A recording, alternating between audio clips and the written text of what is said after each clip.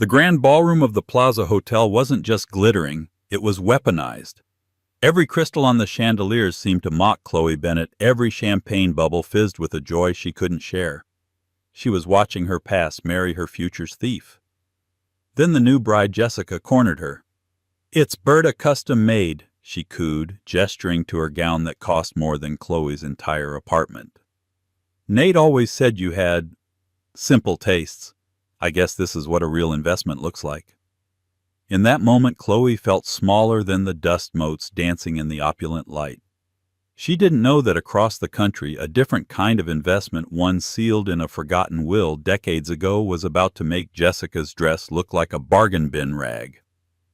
The invitation had arrived 3 months prior, a thick card of ivory stock with gold leaf lettering that felt cold and sharp to the touch. "Jessica Monroe and Nathaniel Price request the pleasure of your company at the celebration of their union." A union built on the rubble of Chloe's own 10-year marriage. Everyone had told her not to go. Her sister Paige had been the most vocal.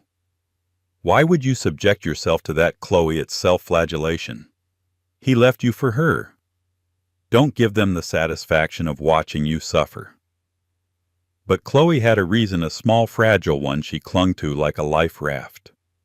She and Nate were co-founders of Innovate Solutions, the tech startup they had built from the ground up in their tiny third-floor walk-up. Her name was still on the initial patent filings, a fact Nate conveniently forgot when talking to reporters. Her small percentage of non-voting shares was tied up in a convoluted exit clause that wouldn't mature for another 6 months. Attending was, according to her lawyer, a strategic display of amicable continuity. It was a business decision, she told herself, a bitter pill to swallow for her financial freedom. The reality was far more painful. Walking into the Plaza's grand ballroom was like stepping into a life she was supposed to have but rendered in a palette too bright, too loud. The flowers were exotic, flown in from Holland. The orchestra was playing Vivaldi with an unnerving precision, and the guest list was a who's who of New York's tech and finance scene. These were people who used to come to her and Nate's place for burnt barbecue and cheap beer while they coded through the night. Now they nodded at her with a polite, pitying curiosity before turning back to their champagne flutes. Nate looked every bit the conquering hero. His Tom Ford tuxedo was impeccably tailored. His smile was broad and blinding, and on his arm was Jessica. Jessica, a lifestyle influencer whose primary skill was curating a life of effortless perfection online, was radiant in a way that felt almost aggressive. Her hair, a cascade of professionally tousled blonde waves, framed a face that was a testament to good genes and even better dermatologists. Chloe had chosen her own outfit with painstaking care, a simple, elegant navy blue dress from a small boutique, the most expensive thing she'd ever owned. She'd hoped to look dignified, poised. Next to Jessica, she felt like a ghost. The ceremony was a blur of hollow vows. Chloe focused on a crack in the plaster near the ceiling, tracing its path, as Nate promised Jessica the forever he had once promised her. The applause felt like a physical blow. It was at the reception, while Chloe was trying to discreetly make her way to the exit, that Jessica cornered her near the towering wedding cake. She was flanked by 2 of her influencer friends, women who held their phones like scepters, documenting every moment. "Chloe, I am so glad you could make it," Jessica said, her voice a little too loud, drawing the attention of those nearby. "It means the world to Nate that there's no awkwardness. It's a beautiful wedding, Jessica. Congratulations," Chloe replied, her voice steady despite the tremor in her hands. Jessica's eyes scanned Chloe's simple dress, a flicker of smug satisfaction in their depths. Then she did a slow, deliberate twirl, the layers of her gown billowing out. "Thank you. I was just telling Madison and Bree the stress of the dress was just unreal." She smoothed a hand down the intricate lace bodice. "It's a Berta custom-made, of course," she continued, her voice dropping to a conspiratorial whisper that was perfectly audible to everyone within a 10-foot radius. "The pearls are all hand-sewn. It took 5 fittings in Milan. The final price tag, well, Nate was an absolute angel about it. He said nothing was too much for his perfect bride." She paused, looking directly at Chloe. He always said you had simple tastes, sensible shoes and all that. I guess this is what a real investment looks like. Something you want to show off to the world you know. The barb landed exactly as intended. It wasn't just about the dress. It was about everything. She was the sensible, simple first draft. Jessica was the dazzling, expensive final edition. Chloe could feel the pitying stares of the guests who had overheard. She saw Nate a few feet away laughing with a venture capitalist. He'd heard she knew he had, and he'd done nothing. That hurt more than Jessica's cruel words. Chloe's carefully constructed composure shattered. The air in the room felt thick, suffocating. "I'm sure it was," she managed to say, her throat tight. "Excuse me." She turned and walked away, not looking back. She didn't run, but every step was an act of monumental self-control. She pushed through the heavy ballroom doors, past the smiling staff, and out into the cool night air of Central Park South. She hailed the first taxi she saw, the yellow cab, a beacon of escape from the golden cage she'd just left. As the taxi pulled into traffic, she finally allowed a single tear to trace a path down her cheek. It wasn't a tear for Nate or for the marriage that was gone. It was a tear for the woman who had poured 10 years of her life, her intellect, and her heart into a project, a man who had just valued her at less than the cost of a wedding dress. She felt utterly, irrevocably worthless. The weeks following the wedding bled into a gray, monotonous fog. Chloe's apartment, a small one-bedroom in Brooklyn that had once felt cozy, now felt like a cramped container for her grief. She worked remotely, patching code for a faceless corporation, the clatter of her keyboard the only sound that punctuated the silence. The vibrant, ambitious woman who had co-founded a tech company seemed like a stranger from another lifetime. Paige called every day, her voice a lifeline of fierce, loving anger on Chloe's behalf. "He's a monster, a narcissist, and she's a vapid succubus. They deserve each other. You need to get out, Chloe. Go to a yoga class. Throw some paint on a canvas, something." Chloe would murmur her agreement, but the energy required to even shower felt colossal. Jessica's words about the Berta gown echoed in her mind, a cruel mantra of her own perceived inadequacy. Simple tastes, sensible shoes. Not a real investment. Nate's silence in that moment was the wound that wouldn't scab over. It confirmed her deepest fear, that she had never been truly seen, only utilized. Her days were a cycle of waking up tired, working with a detached focus, and falling asleep to the blue light of her laptop screen. She subsisted on coffee and toast, the food tasteless in her mouth. She ignored emails, let calls go to voicemail, and watched as the world continued to spin without her. It was on a Tuesday afternoon, a day no different from the last that had arrived. She'd gone downstairs to check her mail, a chore she'd been putting off for days. The small metal box was crammed with junk mail, circulars, and a few bills. But underneath it all was a single envelope that stood out. It was made of heavy cream-colored vellum, impossibly thick and formal. Her name and address were written not by a printer, but in elegant, flowing calligraphy. In the top left corner, embossed in a deep navy blue, were 3 words: Vaughn, Adler, and Crane. Her heart gave a nervous flutter. A law firm. Her first thought was that it was from Nate. Perhaps he was trying to contest her remaining shares to cut the last financial tie between them and erase her from his story completely. Her hand trembled as she slid her finger under the seal, tearing the expensive paper. Inside was a single sheet of matching letterhead, heavy and cool to the touch. The text was brief and formal. Dear Ms. Bennett, this letter is to inform you of the passing of your great-uncle, Mr. Silas Vandermeer. Chloe frowned. Silas Vandermeer. The name was a ghost from her childhood, a whisper in stories her grandmother used to tell.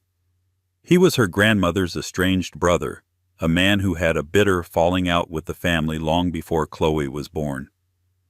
The story was murky, something about a forbidden marriage and a dispute over the family's modest inheritance. He had disappeared from their lives, becoming a myth, a reclusive eccentric who had supposedly made a fortune somewhere, somehow. Chloe had always assumed it was just a story. She continued reading.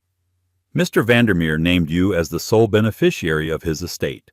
We have been appointed as the executors of his last will and testament and have been attempting to contact you regarding this urgent matter. We request your presence at our offices at your earliest possible convenience to discuss the details of the probate and the execution of the will. Please contact my assistant to schedule an appointment. Sincerely, Desmond Crane. Senior partner, Vaughn, Adler and Crane. Chloe read the letter 3 times. Sole beneficiary. It had to be a mistake, a scam, or maybe there was another Chloe Bennett whose great-uncle had just passed away. Silas Vandermeer was a phantom, not a benefactor. His fortune, if it ever existed, was probably just a few $1,000s in a house full of junk. Still, a strange flicker of curiosity cut through her apathy. She looked up the law firm online. Vaughn, Adler and Crane was not just real. It was one of the oldest and most prestigious estate law firms in New York with an address on Madison Avenue that bespoke old money and quiet power. This was not a scam. Her mind raced. What could he possibly have left her? An old watch. A box of letters. The gesture itself was baffling. He didn't know her. He hadn't spoken to her side of the family in over 60 years. She set the letter down on her small kitchen counter, its weight seeming to anchor it in reality. For the first time in weeks, a feeling other than sadness or numbness began to stir within her. It was a faint, hesitant spark of intrigue. The will of a man she'd never met felt like a message in a bottle, a missive from a forgotten past. Driven by this nascent curiosity, she picked up her phone. She dialed the number on the letterhead, her heart thumping a nervous rhythm against her ribs. Vaughn, Adler and Crane. How may I direct your call? A polite professional voice answered. Hello, Chloe said, her own voice sounding rusty. I'd like to speak with Mr. Desmond Crane's assistant. My name is Chloe Bennett. The silence in her apartment didn't feel empty anymore. It felt like a held breath. The offices of Vaughn, Adler and Crane were located in a pre-war building on Madison Avenue, the kind of place with a uniformed doorman and a quiet mahogany-paneled elevator that ascended with a gentle, reassuring hum. The air inside smelled of lemon polish, old paper and money that had been in the same families for generations. Chloe, dressed in her most professional, albeit simple black blazer and slacks, felt wildly out of place. She clutched the strap of her worn leather bag, the formal letter folded neatly inside. A receptionist with silver hair and a serene smile led her down a long corridor lined with oil paintings of stern-looking men. She was shown into a corner office that overlooked the city, the view a dizzying tapestry of steel and glass. Bookshelves stretched from floor to ceiling filled with leather-bound legal tomes. Behind a large, immaculately tidy desk sat Desmond Crane. He was older than Chloe had expected, perhaps in his late 60s, with a mane of white hair and kind, intelligent eyes behind a pair of wire-rimmed glasses. He rose as she entered, extending a hand. Ms. Bennett, thank you for coming. I am Desmond Crane. Please have a seat. His voice was calm and sonorous, a voice used to delivering news of great importance. Thank you for seeing me, Mr. Crane, Chloe said, taking the plush leather chair opposite him. I'll be honest, your letter was a complete shock. Mr. Crane gave a small, understanding smile. I imagine it was. Silas was a very private man. His connection to your family was, as I understand it, severed many years ago. He folded his hands on the desk. I was Silas's lawyer for over 30 years, and I was one of the few people he also considered a friend. He spoke of your grandmother, his sister, with a certain wistful regret. I never met him, Chloe said quietly. I only knew him from stories. My grandmother said he was brilliant but stubborn. That is an apt description. Mr. Crane chuckled. He was a formidable man. He had a singular talent for seeing value where others saw none. He began his career investing in post-war European art when it was considered déclassé, and later in early computer technology when the world thought it was a passing fad for hobbyists. He slid a thick-bound document across the desk. It was the will. Chloe's name was typed clearly on the front page. Silas never married and had no children. Mr. Crane continued, his tone becoming more formal. He spent the last 2 decades of his life meticulously curating his assets and his legacy. He had our firm conduct a quiet but thorough investigation to find his sister's descendants. He found you. But why me? Chloe asked, her voice barely a whisper. He didn't know anything about me. Oh, but he did, Mr. Crane corrected gently. Silas was nothing if not thorough. He knew you graduated top of your class in computer science and art history, a combination he found fascinating. He knew you co-founded a promising tech company. He knew about your recent divorce from Mr. Price. A flicker of something unreadable passed through his eyes. Silas had a profound disdain for men he considered to be hollow suits, men who mistook luck for genius and currency for character.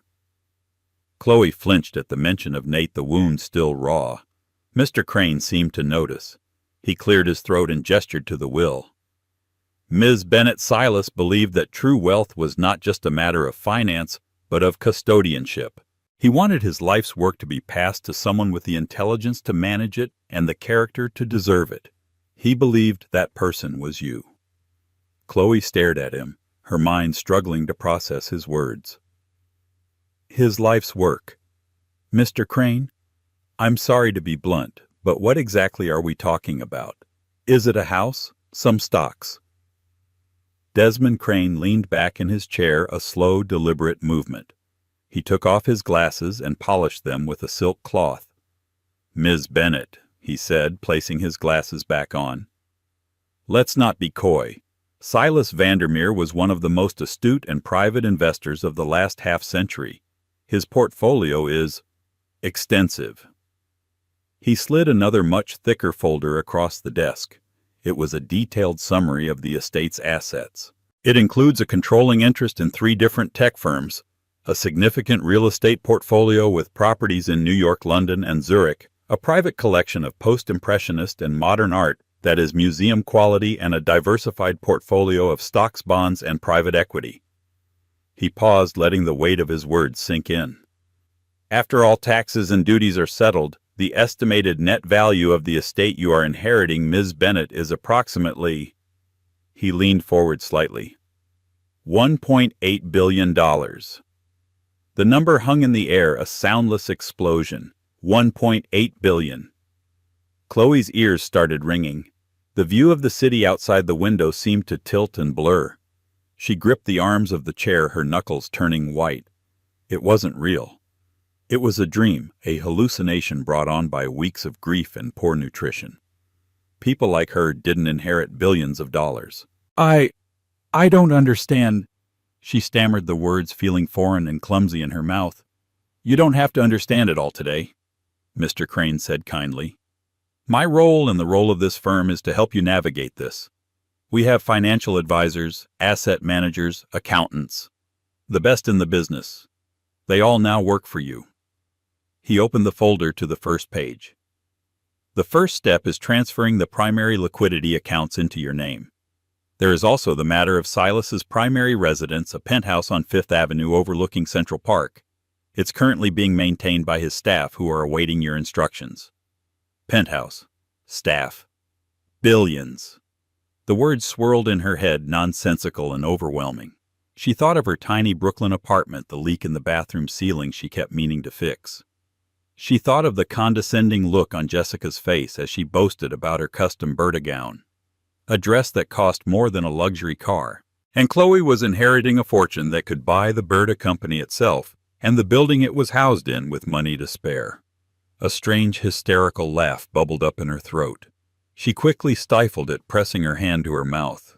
It wasn't a laugh of joy or greed. It was a laugh of sheer mind-bending absurdity. The cosmic joke was so immense, so profound, it was almost terrifying. Desmond Crane watched her, his expression patient. It's a great deal to take in, I know. Take your time. Chloe took a deep, shuddering breath, trying to ground herself. She looked down at her hands, then at the documents on the desk. They were real. The embossed letters, the dense paragraphs of legal text, the staggering numbers. This was her new reality. The woman who had walked out of the Plaza Hotel feeling utterly worthless was gone. In her place sat an heiress, a custodian of a legacy she never knew existed. The weight of it was terrifying, but underneath the fear, something else was beginning to grow. A tiny, fragile seed of power. The first week was a disorienting blur. Chloe felt like an actress who had been thrust onto a stage in the middle of a play for which she had no script. She met with a team of people whose job titles she'd only ever read about: wealth managers, philanthropic advisors, art curators, and tax attorneys. They presented her with spreadsheets and portfolios so complex they looked like the architectural blueprints of a small country. The lead financial advisor, a sharp, no-nonsense woman named Penelope Grant, was the one who finally made it feel real. During their first meeting in a sleek boardroom that smelled of new leather, Penelope didn't talk about yachts or diamonds. "Ms. Bennett," she began, her eyes clear and direct, "money at this scale isn't for spending. It's for wielding. It's a tool. You can build with it, or you can burn yourself with it. My job is to teach you how to be a builder." Penelope's words cut through the noise. Chloe realized she didn't want the life Jessica and Nate craved, a life of conspicuous consumption, of showing off price tags as a substitute for personality. Silas Vandermeer hadn't been a showman. He'd been a strategist, a collector, a quiet force. Chloe felt a kinship with this man she'd never met. She wanted to honor his legacy, not squander it. Her first decision was not to move into the Fifth Avenue penthouse. The idea of living in such opulent solitude was daunting. Instead, she asked Mr. Crane to arrange for it to be kept as it was a time capsule of her great-uncle's life. She wanted to understand him through the things he had loved. Her second decision was about herself. One morning, staring at her own reflection in the cracked mirror of her Brooklyn bathroom, she saw tired eyes and a face etched with the pain of the last year. The transformation couldn't just be financial. It had to be internal. She didn't go on a wild shopping spree on Rodeo Drive. Instead, she walked into a high-end but understated boutique in Soho and hired a personal stylist. "I don't want to look trendy," Chloe explained. "I want to look like myself, but fortified." The stylist understood immediately. Over the next few weeks, Chloe's wardrobe of sensible and simple clothes was replaced by pieces that spoke a language of quiet confidence: tailored cashmere coats, silk blouses, well-cut trousers, and elegant handmade leather shoes. It wasn't about the labels. It was about the feeling of the fabric against her skin, the structure of a well-made garment. It was armor.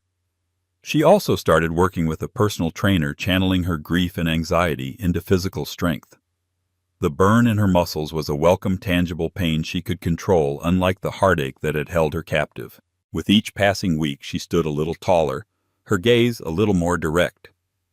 The biggest change, however, came from a deep dive into her inheritance. She spent days with the art curator, walking through the climate-controlled storage facility that housed Silas's collection. She saw Van Goghs, Monets, and Rothkos that hadn't been seen by the public in 50 years. It reawakened the part of her that had studied art history, the part she had suppressed to focus on Nate's tech ambitions. One afternoon, while walking through Soho, she passed a small, charming art gallery with a for sale sign in the window. It was the kind of place she used to dream of owning, a fantasy she'd dismissed as impractical. On impulse, she called the number. She learned the gallery was on the verge of bankruptcy. The owner, an elderly man with a passion for championing emerging artists, was heartbroken. The next day, Chloe called Penelope Grant. "I want to buy the Galerie du Bois in Soho," she said, her voice firm. "And I want to set up a foundation to provide grants to undiscovered artists. We'll use the gallery as their platform." Penelope was silent for a moment. "That's a significant philanthropic and commercial undertaking, Ms. Bennett." "I know," Chloe said. "It's what I want to do. It's time to start building something." The purchase was completed within a week, an all-cash offer that left the real estate agent speechless. Chloe kept the original owner on as the lead curator, his decades of experience invaluable. She threw herself into the project, working with architects to renovate the space, meeting with young artists, and learning the business side of the art world. She was busy, fulfilled, and for the first time in a long time, she wasn't thinking about Nate or Jessica. She was building a life that was entirely her own, funded by a silent benefactor who had in his own way saved her. The quiet reforging of Chloe Bennet was nearly complete. She wasn't just a jilted ex-wife anymore. She was the Vandermeer heiress, a patron of the arts, a woman of substance and means, and she was about to re-enter the world that had cast her out, not with a loud bang, but with the undeniable gravitational pull of quiet power. The ripples were about to start. The world Nate and Jessica inhabited ran on a currency of perception. Their value was measured in Instagram likes, column inches, and society pages, and the envy of their peers. And for the first few months of their marriage, their stock was soaring. Jessica's feed was an endless stream of their perfect life: impromptu trips to St. Bart's on a private jet, front row seats at Paris Fashion Week, selfies dripping with new money, and smug satisfaction. The first whisper about Chloe was easy to dismiss. A friend of Jessica's mentioned seeing someone who looked like Chloe stepping out of a black town car on Madison Avenue. Impossible, Jessica had scoffed. She's probably still in her Brooklyn shoebox, coding for pennies and eating takeout. But then the whispers grew louder and more specific. Nate heard it first at his club. An older board member, a man from a family of formidable old money, clapped him on the shoulder.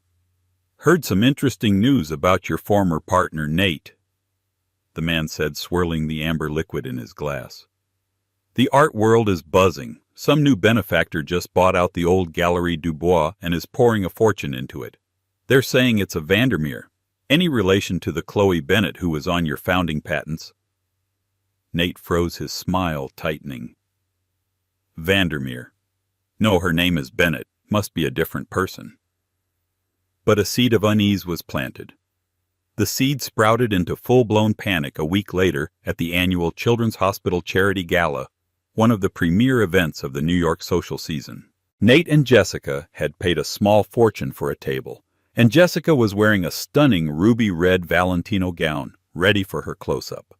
The live auction was the centerpiece of the evening. The bidding was fierce for the grand prize, a week-long stay on a private island in the Caribbean. Nate, feeling expansive and wanting to impress a potential investor at his table, entered the fray. The price climbed $50,075, $100,000 to Mr. Price, the auctioneer boomed. "Do I hear 125? The room quieted. Nate grinned, feeling the familiar thrill of victory. 150,000. A calm, clear voice called out from a table near the back. Every head in the room turned. Nate and Jessica followed their gaze, and then they saw her. It was Chloe. But it wasn't the Chloe they knew. The woman at the back table was poised, radiant. Her hair was styled in a chic, elegant cut, and she wore a simple but exquisitely tailored emerald green gown that shimmered under the ballroom lights. A single stunning diamond necklace, the kind that didn't need to be flashy to scream its value, rested at her throat. She wasn't hiding in the shadows. She was commanding them. Jessica's jaw literally dropped. Nate felt the blood drain from his face. $150,000 from the lovely lady at the back, the auctioneer announced, recovering quickly. "Mr. Price, will you go to 175? Nate looked at Jessica. Her face was a mask of disbelief and fury. This was their night, their stage. How dare she? He gave a sharp, almost imperceptible nod to the auctioneer. 175. Chloe didn't even blink. 200,000, she said, her voice carrying easily through the silent room. She then took a graceful sip of her water as if she were bidding on a piece of toast. A gasp went through the room. People were whispering now, pointing. Nate's bravado began to curdle into cold dread. This wasn't the mousy, heartbroken Chloe. This was someone else. 200,000 was more than he had planned to spend, a foolishly extravagant sum. He looked at the investor at his table, whose eyebrows were raised in amusement. Trapped. Nate nodded again. 225. he bit out. The auctioneer turned back to Chloe. "Ma'am."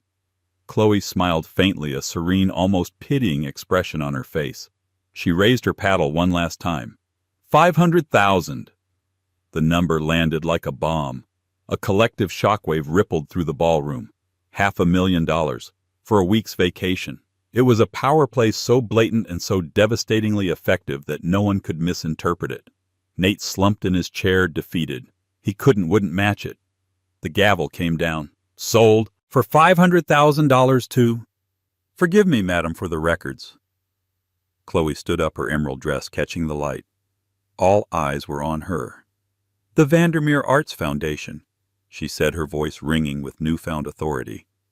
She gave a polite general nod to the room and then sat down. She never once looked at Nate and Jessica's table. The damage was done. For the rest of the night, no one was talking about Jessica's Valentino gown or Nate's company. They were all talking about Chloe Bennet and the mysterious Vandermeer fortune. Who was she? Where had this money come from? Back at their sterile minimalist penthouse, the fight was volcanic. "What was that?"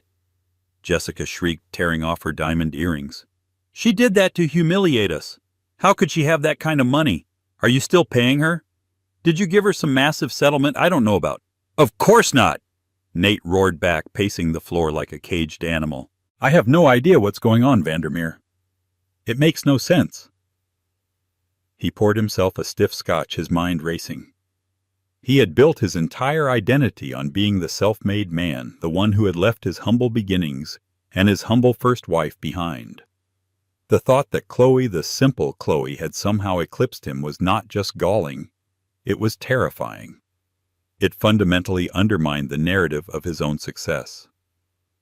Jessica, meanwhile, was frantically scrolling through her phone, her face illuminated by the screen. "Oh my God," she whispered, her voice laced with venomous envy. "It's real. The Galerie du Bois, a new Soho landmark, a reclusive new patron, is reviving the New York art scene. They're calling her the Vandermeer Heiress. There are pictures of her, Nate. She looks—" She couldn't bring herself to say it. Powerful, confident, rich, richer than them. It was a possibility so ludicrous, so offensive to her worldview that she couldn't comprehend it. The bride in the custom Bertha gown who had felt so triumphant now felt like a fool. The real investment, it turned out, had just walked out of her ex-husband's life and into a billion-dollar fortune. The newly renovated Galerie du Bois was a masterpiece of understated elegance. Chloe had insisted on preserving the historic cast-iron facade of the Green Street building, but the interior was now a bright, airy space with white walls, polished concrete floors, and a state-of-the-art lighting system that made the art on the walls vibrate with life. The gallery's inaugural exhibition, Emergence, featuring the work of 3 young artists funded by the Vandermeer Arts Foundation, was a critical and commercial success. Chloe was in her office at the back of the gallery, a minimalist space with a large window overlooking a small private Zen garden she'd had installed. She was reviewing grant applications when her assistant, a sharp young art history graduate named David, buzzed her on the intercom. "Ms. Bennet," he said, his voice hesitant, "you have some visitors. A Mr. and Mrs. Price. They don't have an appointment." Chloe felt a cold knot form in her stomach, but her expression remained serene. She had known this day would come. "Thank you, David. Send them in." She stood up, walking around to the front of her large oak desk, and waited. She wasn't hiding behind it. She would meet them on her own terms, on her own turf. Nate and Jessica walked in. If they were trying to look intimidating, they failed. Nate's expensive suit seemed ill-fitting, his shoulders tense. Jessica was wearing sunglasses indoors, a transparent attempt to look aloof that only made her look ridiculous. She took them off, her eyes wide with a mixture of anger and disbelief, darting around the expensive office, taking in the original Helen Frankenthaler painting on the wall behind Chloe's desk. "Chloe," Nate began, his voice attempting a familiar, easy tone that fell completely flat. "Long time no see. This is quite the place you have here." "Nate." "Jessica, Chloe replied, her tone cool and level. "What can I do for you?" "We wanted to talk," Nate said, taking a step forward. "I've been hearing things, seeing things. This. All of this. I don't understand." "What's not to understand?" Chloe asked, one eyebrow slightly raised. "I came into an inheritance." Jessica let out a sharp, incredulous laugh. "An inheritance? Don't be ridiculous. People like you don't just inherit fortunes. Who did you trick?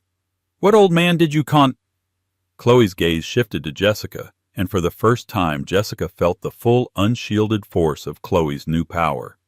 It wasn't angry or loud. It was cold, dismissive, and utterly unshakable. "You seem to believe the world operates on the same transactional, superficial level that you do, Jessica," Chloe said, her voice dangerously quiet. "That everything is either bought, sold, or tricked out of someone. That's your world, not mine. This was family money, something you wouldn't understand." The insult, delivered so calmly, hit Jessica harder than any shout could have. She flushed a deep, ugly red. Nate quickly stepped in, trying to regain control. "Look, Chloe, that's not why we're here. I was worried. When I heard, I thought maybe you were in some kind of trouble, that this money wasn't legitimate. It was a pathetic, transparent lie, and they all knew it. He wasn't worried. He was greedy and confused. He was looking for an angle, a way back in." "I've never been in less trouble in my entire life, Nate," Chloe said, her eyes boring into his. "My affairs are all perfectly legitimate, managed by the most competent people in the city. You don't need to worry about me." "But $1 billion, Chloe, that's what they're saying." Nate's voice cracked, the raw avarice finally showing through. "You can't manage that on your own. You need advice. Someone you can trust. Someone who knows you." Chloe almost laughed. The audacity was breathtaking. After everything he was here to offer his help, to try and get his hands on her fortune. "The man I trusted," Nate stood by silently while his new bride mocked me in a room full of people, implying my worth was less than her dress. "The man I trusted took the company I helped build and tried to erase my name from its history. Tell me, why would I ever trust that man with my money?" Nate recoiled as if struck. He had no answer. Jessica, seeing her husband falter, launched another attack. "He left you because you were boring. You were a boring little mouse in sensible shoes. All this money doesn't change what you are. You're just a mouse in a nicer dress." She spat, her voice rising to a shrill pitch. Chloe looked at Jessica, and all she felt was a profound sense of pity. She saw a woman so terrified of her own irrelevance that her only weapon was to try and tear others down. The power dynamic had been permanently, irrevocably inverted. "You know, Jessica," Chloe said, her voice softening into something almost contemplative. "For a long time I believed you. I thought I was the problem. But now I see things more clearly." She took a step closer, and both Nate and Jessica instinctively tensed. "The best thing you ever did for me," Chloe said, looking directly at Jessica, "was taking him. You freed me. You wanted a man you could show off like a new handbag, and he wanted a woman who looked good in photos. You're perfect for each other." She then turned her gaze to Nate, her expression now devoid of any warmth or nostalgia. "We're done here. I have a gallery to run and a foundation to manage. You have whatever this is." She gestured vaguely between the two of them. "Please see yourselves out. Don't come back." She turned her back on them, a gesture of final, absolute dismissal, and walked over to her window, looking out at her peaceful garden. She heard them stammering, Jessica sputtering with impotent rage, Nate trying to formulate a response. But there was nothing to say. They had come seeking answers, or perhaps a handout, and had left with only the bitter taste of their own irrelevance. Chloe listened to their footsteps retreating down the hall, the sound of a chapter of her life closing forever. She didn't look back. She was too busy looking forward.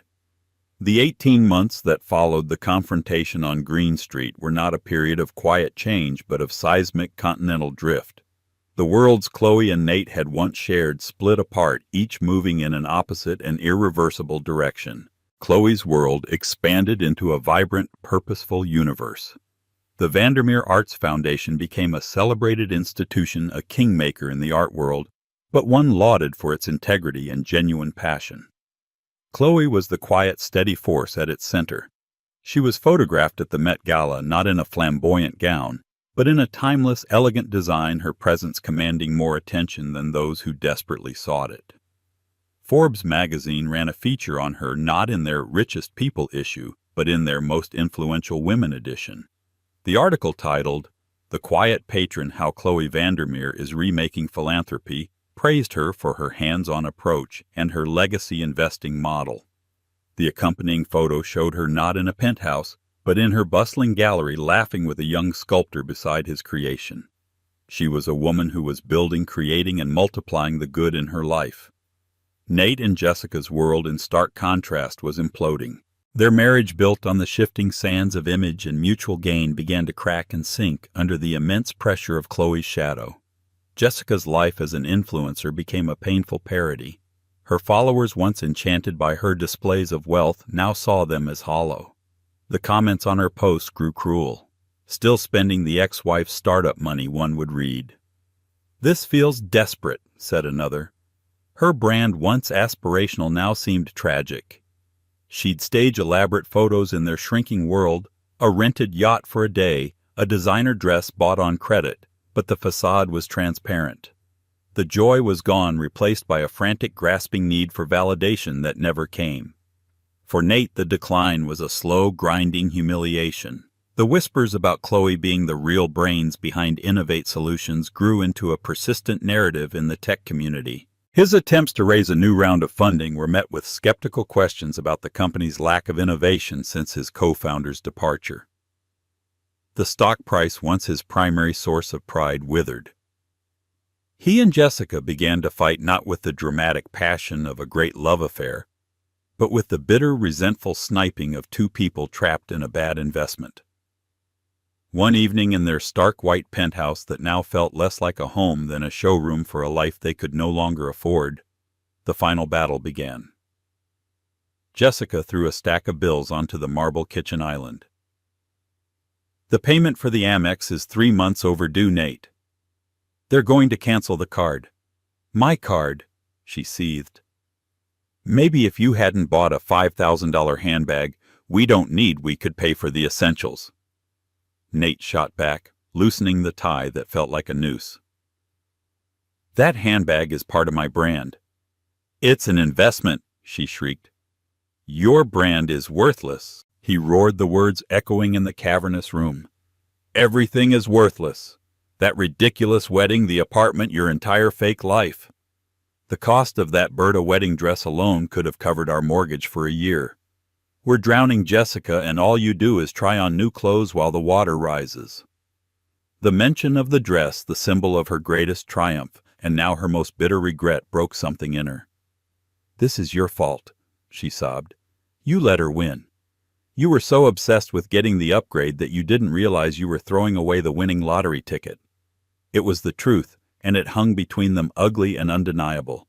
It was on a crisp autumn afternoon, almost 2 years after she first walked into the law office, that Chloe was summoned back to see Desmond Crane. It was a final meeting to sign the last of the probate documents, a formality to close the estate file. She entered the familiar wood-paneled office feeling a sense of calm completion. She was no longer the timid, grief-stricken woman who had sat in this chair terrified and bewildered. She was a woman who knew her own mind and her own worth. Mr. Crane greeted her with a smile that was warmer than professional courtesy. It was a smile of genuine admiration. "Ms. Bennett, you are looking well." "I am well, Desmond," she replied, her use of his first name a sign of their developed rapport. "You have done remarkable things," he said, folding his hands on his desk. "Silas wanted a custodian for his legacy, but you have become its architect. He despised waste, and you have wasted nothing. You have multiplied the value of his life's work, not just financially, but culturally. He would be extraordinarily proud." "He gave me the tools to build a new life," Chloe said softly. "I owe him a debt I can never repay." "Perhaps," Mr. Crane said, his eyes twinkling. "But there is one final piece of business. A personal addendum to the will. Silas instructed me not to share it with you until the probate was fully complete. He felt you needed to find your own footing first without this knowledge influencing your decisions. He slid a thin sealed envelope across the desk. It was the same cream-colored vellum, and on the front in Silas's strong, decisive script was her name, Chloe. Her heart gave a flutter as she took it. Her fingers trembled slightly as she opened the seal. Inside was a single sheet of paper, a letter written in her great-uncle's hand. My dearest grandniece, if you are reading this, then Desmond has done his job, and I have gone on to whatever comes next. I am sorry we never met. My pride was a fortress I built around myself, and by the time I was ready to leave it, it was too late. I have left you my fortune, but I hope to leave you with something more valuable, a piece of knowledge. When my investigators first brought your case to my attention, you were still married to Nathaniel Price. I had him thoroughly vetted. I saw in him a hollow echo of the men who built their careers on the ideas of others, men who mistake flash for substance. I saw how he was marginalizing you in your own company, how he was dimming your light to make his own seem brighter. As she read these words, Chloe felt a chill run down her spine. This stranger, this ghost from her family's past, had seen the truth of her marriage more clearly than she had at the time. I could not in good conscience leave my life's work to a man like that by proxy. Therefore I added a specific inviolable clause to my will. Chloe looked up from the letter, her eyes locking with Mr. Crane's. He gave her a solemn, knowing nod. Read the last paragraph, my dear. Her eyes dropped back to the page, her world narrowing to the ink on the paper. The entire inheritance, every stock, every painting, every dollar was contingent upon one and only one condition, that at the time of my death you were no longer married to, nor in a domestic partnership with Nathaniel Price. Had you still been his wife, the entirety of my estate would have been bequeathed to the Metropolitan Museum of Art. The air left her lungs in a silent rush. The city noise outside the window faded away. The tick-tock of the grandfather clock in the corner seemed to stop. It wasn't just a condition. It was a cosmic reordering of her entire history. I did not do this to control you, but to reward what I hoped would be your eventual liberation. Your divorce was not the event that led to your fortune. It was the final key that unlocked it. You had to save yourself first. Consider this inheritance not a lottery ticket, but a prize for a race you had already won. Build a good life, Chloe. You have earned it. Yours, Silas Vandermeer. Chloe let the letter fall gently into her lap. A slow, silent tear traced a path down her cheek. It wasn't a tear of sadness or even joy. It was a tear of profound, shattering vindication. Her mind flashed back to that horrible wedding reception. She saw Jessica smug and triumphant in her Berta gown, delivering her cruel lines. She felt again that wave of utter worthlessness as she fled the plaza. But the memory was now overlaid with this staggering new truth. In that moment of her deepest humiliation, she was already the sole heir to a billion-dollar fortune. The ink was already dry. The clause was already met. Jessica hadn't been dancing on her grave.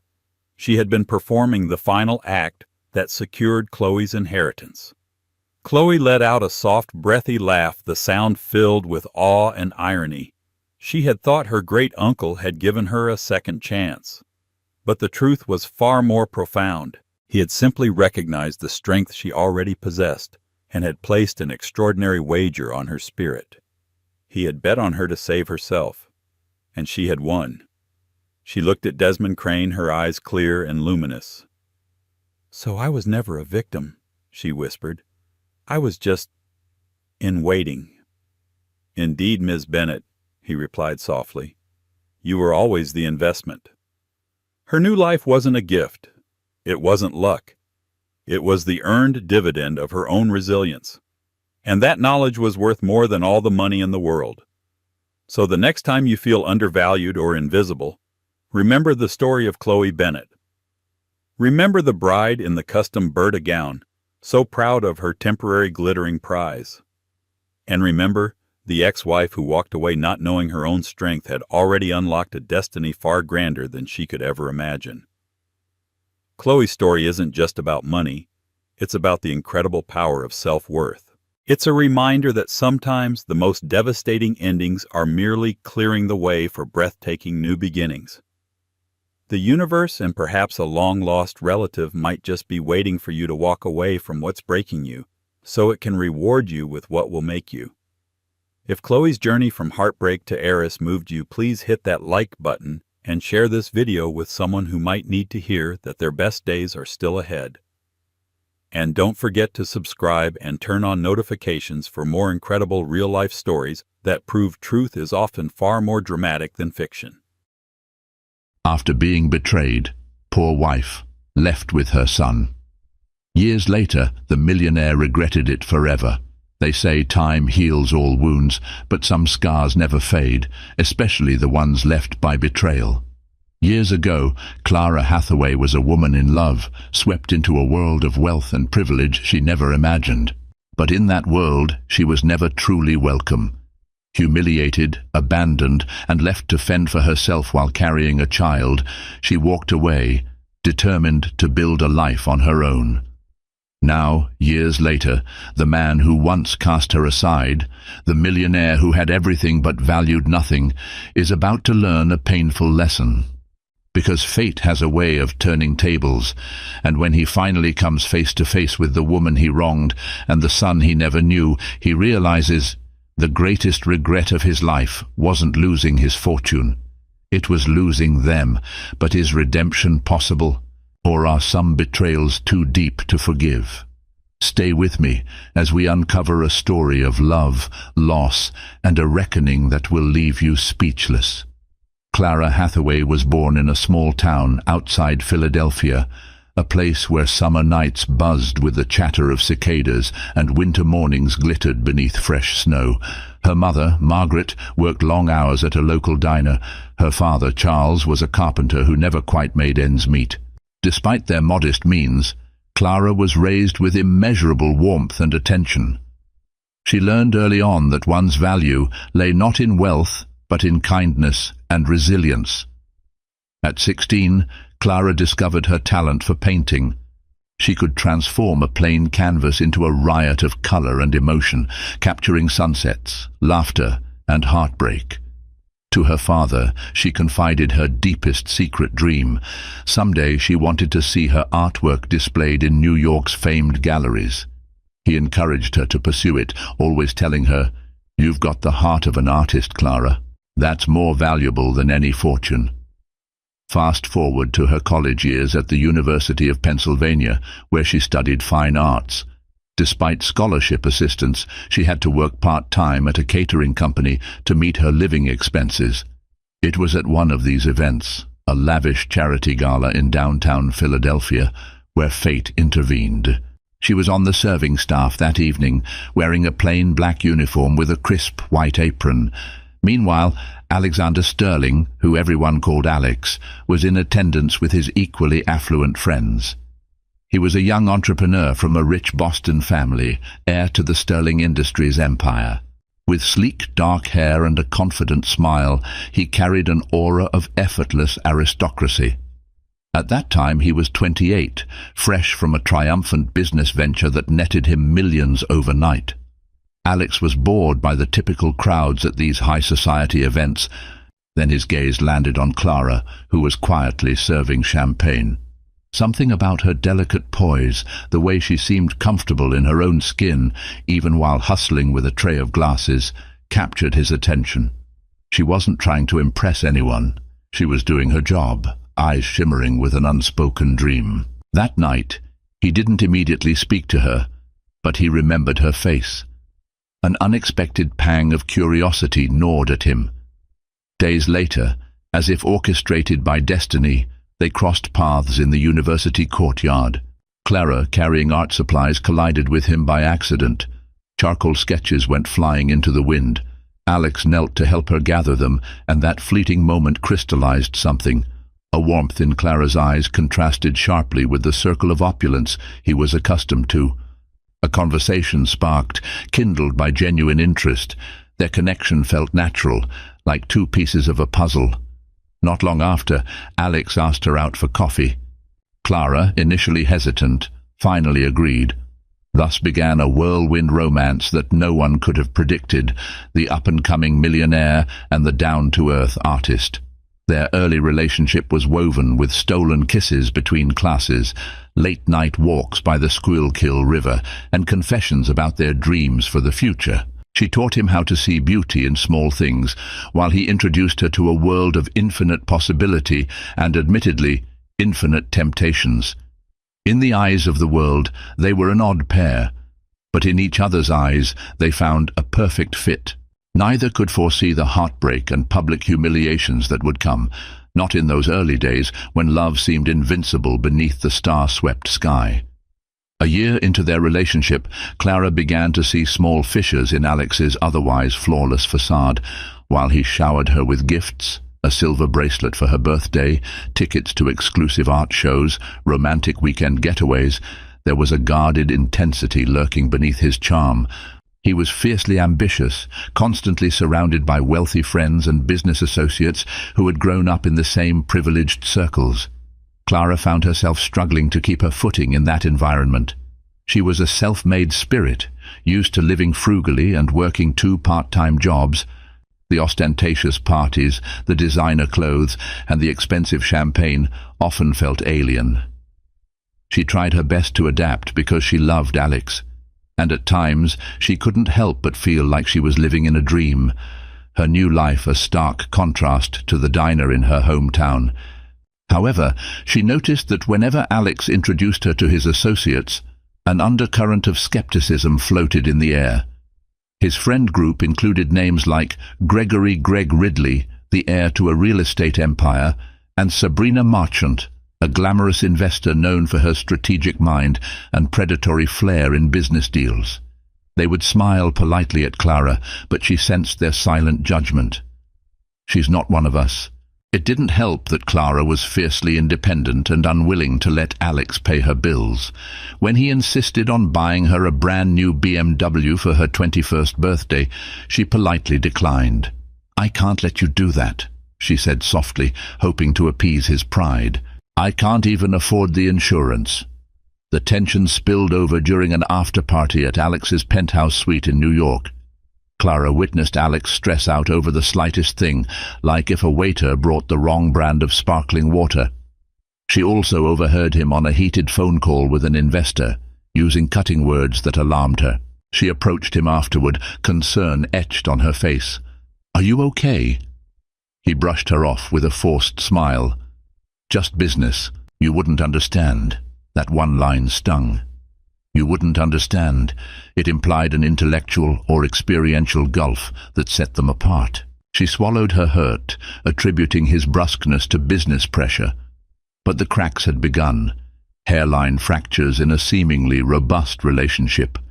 In a quieter moment, Alex confessed his frustration about his father's looming presence. "I have to prove myself, Clara," he said. "My father thinks I'm just coasting on the sterling name." This vulnerability opened a window into his insecurities. Suddenly Clara understood. Alex's arrogance was partly armor to hide a fear of not being good enough. She tried to reassure him, saying, "You're talented, Alex. You have everything you need to succeed on your own." But sometimes no amount of reassurance can fill the void of self-doubt. Life went on, with fleeting moments of joy overshadowing the creeping sense of disconnection. Clara painted, Alex hustled for bigger deals. They still found comfort in each other's arms at night, but beneath the surface, the first cracks in their gilded life were forming. Neither realized how deep those fissures would soon become. By the time Clara graduated, their relationship had evolved into an engagement. Alex proposed in the courtyard where they first met, presenting a stunning ring that glistened in the afternoon sun. Tears of happiness spilled down Clara's cheeks as she said yes. She thought it was the happiest day of her life, a promise that their love would weather any storms. They scheduled a wedding for the following spring at a luxurious vineyard estate owned by Alex's acquaintance, Sabrina Marchant. It was to be a grand ceremony with hundreds of guests, business moguls, celebrities, and politicians. Word travelled in social circles. The young sterling scion was marrying an art school graduate of humble background. In the months leading up to the wedding, Clara frequently felt like a fish out of water. Under the guise of offering help, Sabrina took it upon herself to criticize nearly every choice Clara made for the wedding. "Darling, that colour is too pastel," she would say, or "those centerpieces look cheap." Greg Ridley chimed in with remarks like, "I hope you're prepared for the tabloids," or "Are you sure you can handle the sterling lifestyle?" One evening, the humiliations reached a fever pitch. Clara and Alex attended a charity banquet in Boston, hosted by a prominent figure named Howard Winchester. The event was as glamorous as it was exclusive, featuring a performance by renowned cellist Yo-Yo Ma and a buffet catered by chef Thomas Keller. Dressed in a pale blue gown, Clara clung to Alex's arm, trying to hide her nervousness. During dinner, an influential gallery owner named Meredith Walton approached their table. Clara had spent months yearning to meet someone like Meredith, hoping to secure a chance to showcase her art. Sensing an opportunity, Clara politely introduced herself, heart pounding. But before she could finish her sentence, Sabrina slid into the conversation, overshadowing Clara with boastful chatter. "Oh, Clara's art is nice," Sabrina said, her tone dripping with condescension. "She's got a lovely hobby, but her real focus, of course, is preparing for her new life as Mrs. Sterling." Laughter rippled around the table, though some guests shifted uncomfortably in their seats. Clara's cheeks burned. She looked to Alex, hoping he would speak up, yet he remained silent, offering her a tight smile that seemed to say, "Let it go." Later, when Clara asked him why he hadn't defended her passion, he shrugged. "They didn't mean any harm. You can't be so sensitive." Hurt swirled in her chest. She felt minimized, cast aside as a mere accessory. The seeds of humiliation had taken root, each subtle jab or dismissive remark blossoming into bruises on her self-esteem. She tried to brush them off, told herself love and patience would prevail. But a small, insistent voice in her mind asked, "What if this is my life from now on?" She pushed that question aside, burying it beneath wedding plans and the dream of a happy future. Yet deep down, Clara began to realize that the wealth and influence surrounding Alex were not just gilded frames. They could also be chains, locking her into a world she never asked to enter. When the wedding day finally arrived, it was a sight to behold. The vineyard estate boasted rows upon rows of lush grapevines, an elegant pergola adorned with white roses, and a gentle spring breeze that carried a hint of lavender. Clara wore a gown embroidered with delicate lace, her hair styled in a soft chignon. Alex, in a tailored black tuxedo, looked every bit the dashing groom. From the outside, everything was perfect. Their vows, exchanged under a bright sky, brought tears to many eyes. Clara felt a wave of love and hope, as if the humiliations and judgments of the past months had dissolved under the promise of a new beginning. Alex squeezed her hands and whispered, "I love you." In that moment, she believed him wholeheartedly. But the reception that followed signaled the turning point. The exuberant celebrations included a cocktail hour, a 3-course dinner, and a band playing jazz standards. Among the well-wishers were many from the highest rungs of society. Yet overshadowing the joy was a sense of competition and scrutiny. Every table buzzed with rumors about business deals, about who wore what designer label, about who was next in line for a board position. Clara felt more like a hostess to the wealthy crowd than a bride meant to be celebrated. Late into the evening, Alex's father, Lawrence Sterling, made a speech. He was a towering figure in a midnight blue suit, his hair silvered with age. Clearing his throat, he raised a glass. "A toast to my son and his lovely bride," he began, maintaining the veneer of paternal warmth. He extolled Alex's business achievements, commending the young man's instincts and cunning. Then he added, almost as an afterthought, "And of course, we welcome Clara into our family. May she be an excellent companion to Alexander and, someday, a wonderful mother to his children."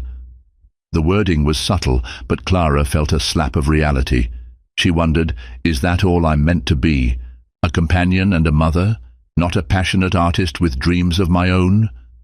From that night onward, Alex changed in small but significant ways. He grew more distant, immersing himself in expanding his empire. Their honeymoon was postponed due to pressing business matters. When Clara asked if they could still go for a shorter trip, he refused, saying, "We can't take half measures. I'll make it up to you." At first, Clara tried to be understanding. She painted in her new studio, a wedding gift from Alex, grateful for the chance to create.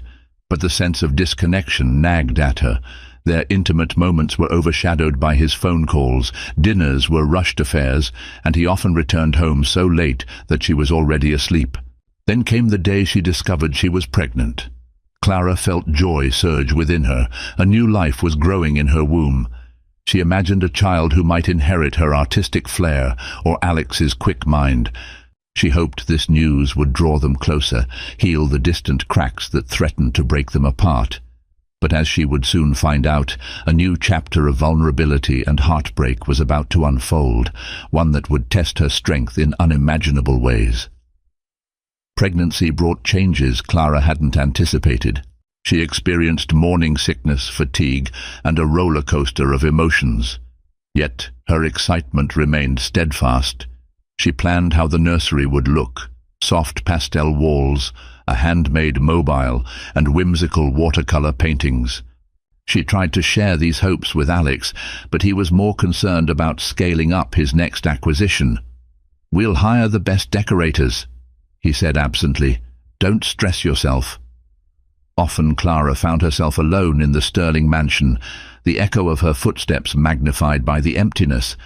She confided her fears in Margaret, her mother, who offered gentle words over long phone calls.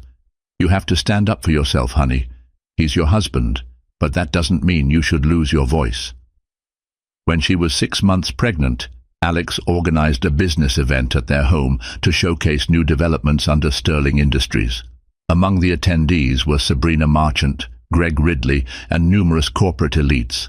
Despite Clara's condition, Alex insisted she host the event to show the family side of Sterling's brand. That night, as servers circulated with champagne flutes and caviar, Clara tried her best to be the gracious hostess. But a guest, slightly tipsy, made a dismissive comment about Alex's charity case of a wife. Clara overheard it, her cheeks burning with humiliation. She glanced at Alex, hoping for some defense, some recognition that such a remark was unacceptable. Instead, Alex delivered the final blow. While speaking about the future of his company, he made an offhand joke, referencing the logistical challenge of an unexpected pregnancy, implying that fatherhood had caught him off guard at a critical time in his business. The crowd chuckled politely. Clara felt every muscle in her body tense. Tears blurred her vision. She retreated to a corner, physically ill. Instead of comforting her, Alex appeared irritated.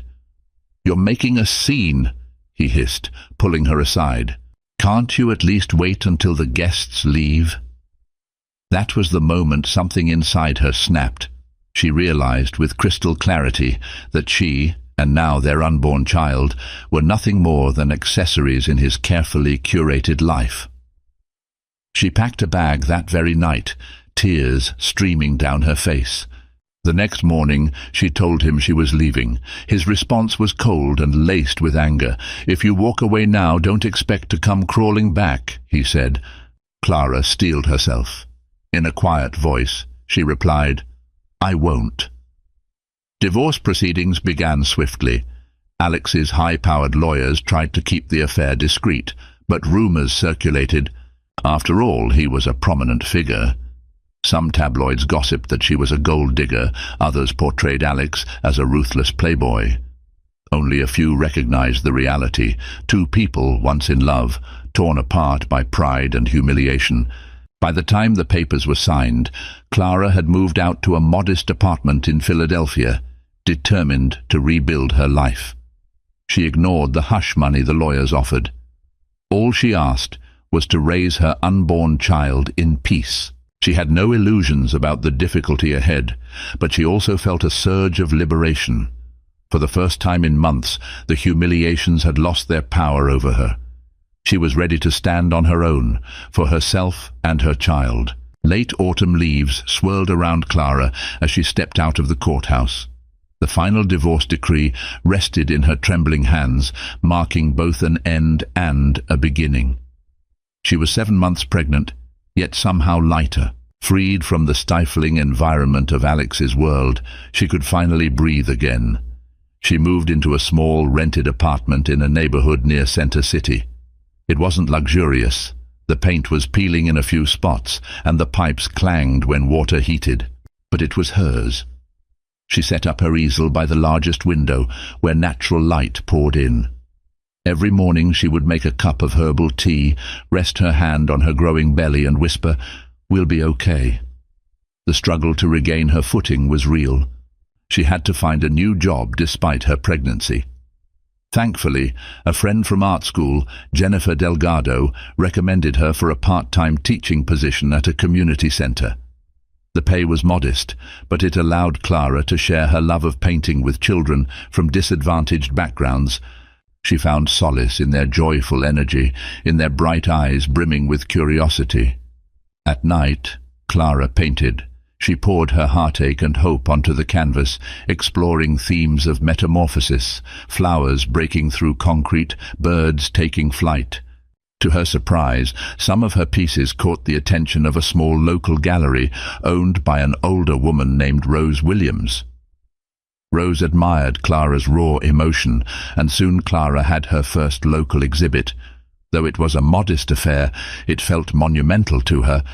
With each stroke of her brush, she rebuilt the fragments of her identity. Meanwhile, Alex was nowhere in sight. The only time she heard his name was through the occasional news snippet or social media post, touting Sterling Industries' latest triumph. While the tabloids briefly covered their divorce, interest waned when Clara refused interviews and Alex remained silent. Then came the day her water broke 2 weeks before her due date.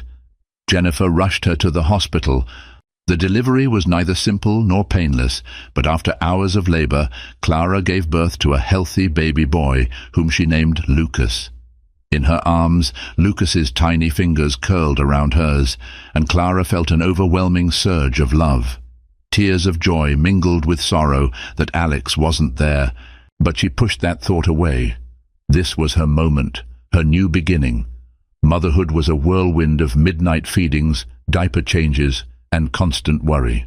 But the first time Lucas smiled at her, all the exhaustion melted into pure adoration.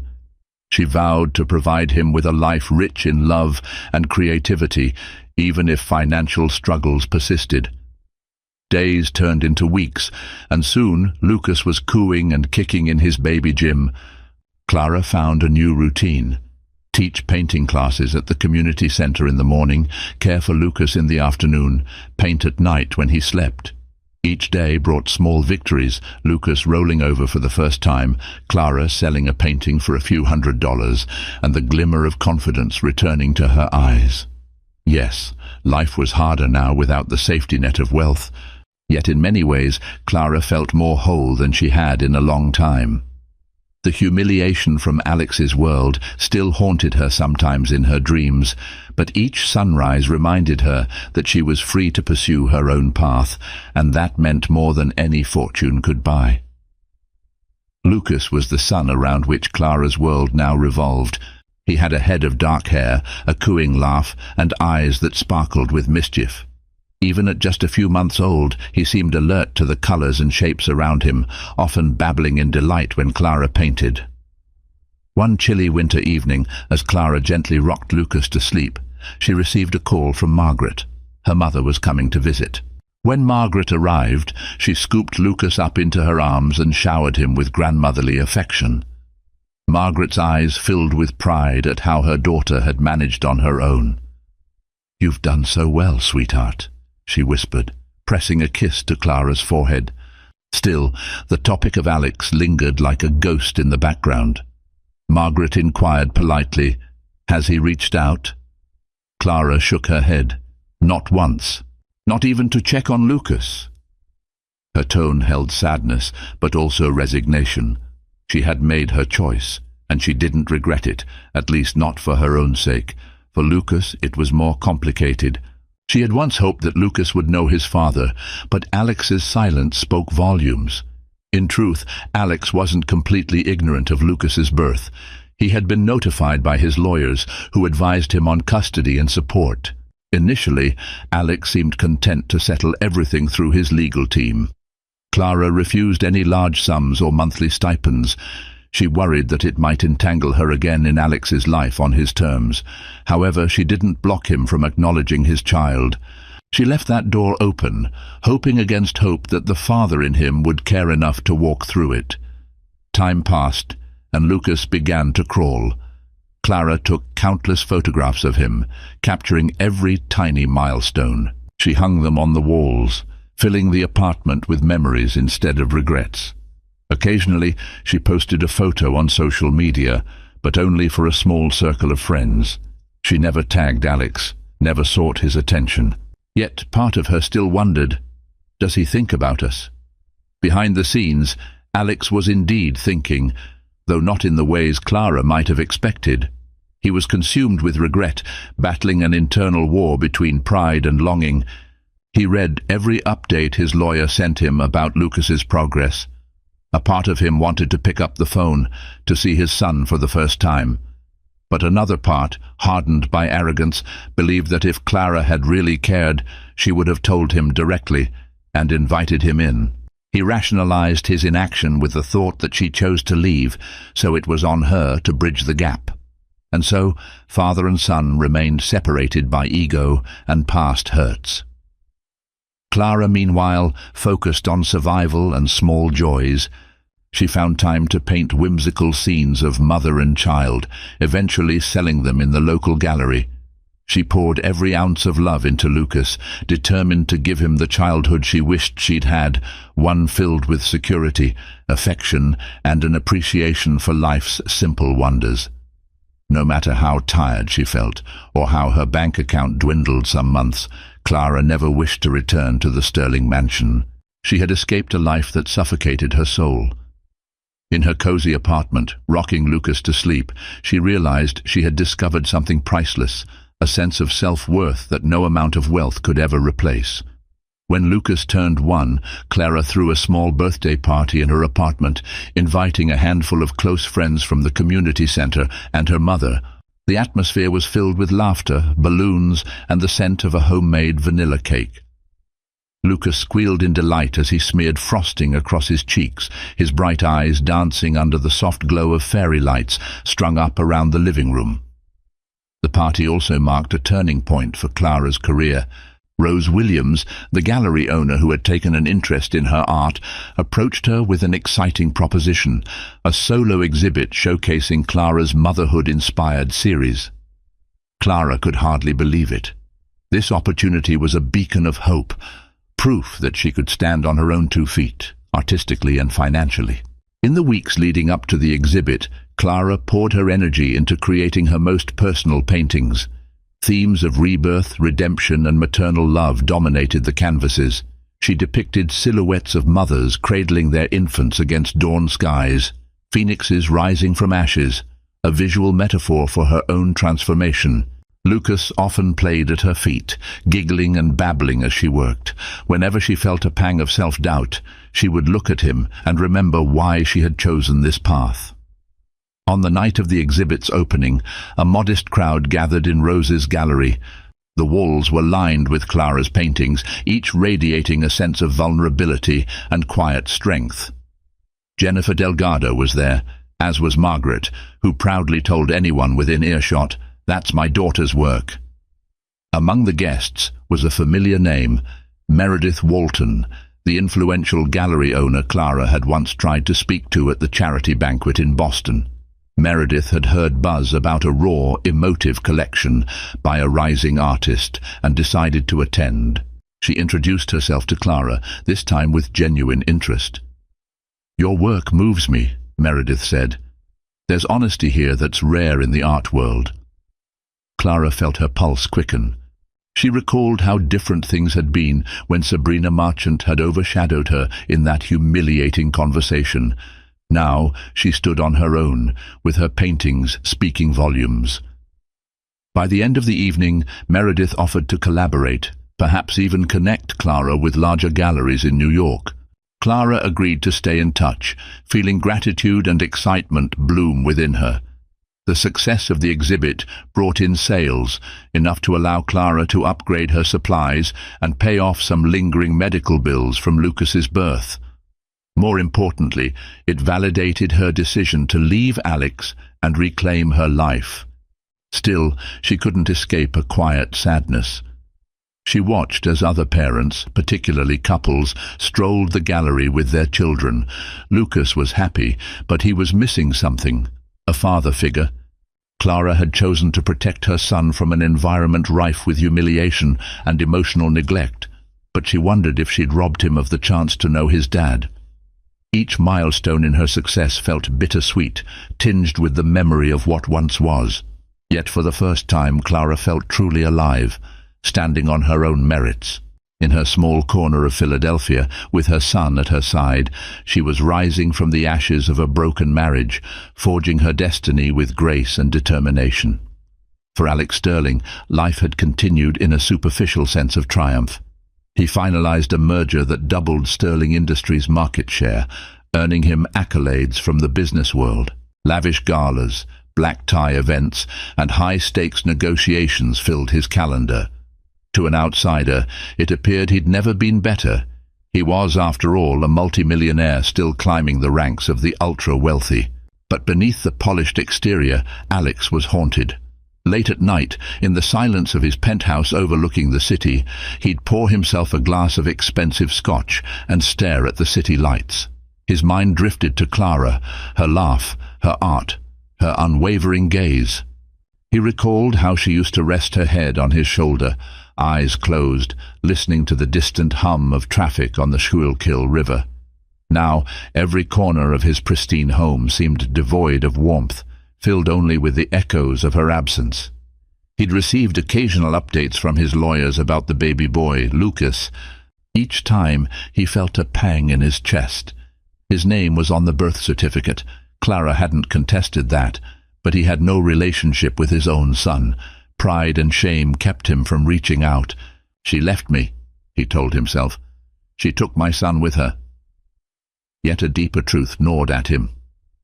"I pushed her away." One evening, Alex received an unexpected phone call from Sabrina Marchant. She was in town and wanted to meet for drinks. Initially, Alex hesitated. He knew Sabrina had always harbored more than a friendly interest in him. But he was lonely, and a part of him yearned for any distraction from the persistent regret. They met at a swanky rooftop bar, sipping imported wine under the glow of city skyscrapers. Sabrina talked about her latest conquests in the venture capital world, flaunting her cunning deals and high-profile connections. After a few drinks, she leaned in closer, placing a manicured hand on Alex's arm. "You know, you're better off without that artist," she said with a dismissive sneer. "She was never one of us." A wave of revulsion swept through Alex. It struck him how those words he might have once silently agreed with, now felt hollow and cruel. He recalled the look on Clara's face when Sabrina had humiliated her in Boston, how, in that moment, he hadn't stood up for the woman he claimed to love. Guilt swirled in his gut. He realized he couldn't stomach Sabrina's condescension anymore. Downing the last of his drink, he stood up abruptly. "I have to go," he muttered, ignoring her puzzled expression. Back in his penthouse, he paced the floor, wrestling with memories of Clara.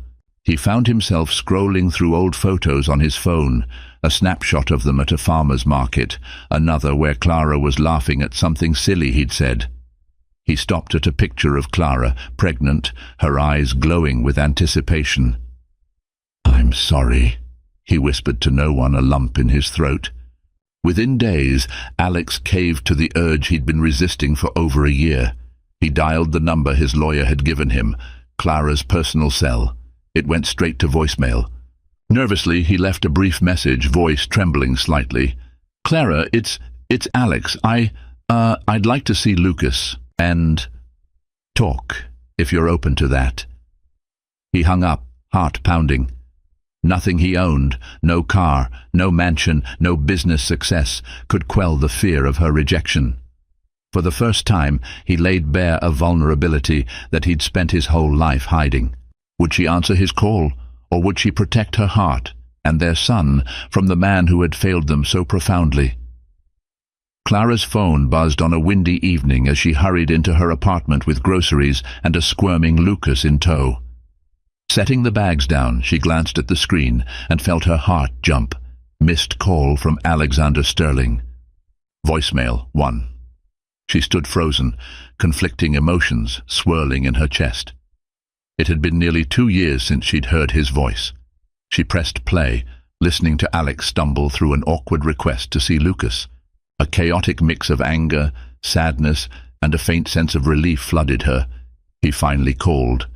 For days, Clara couldn't decide whether to return his call.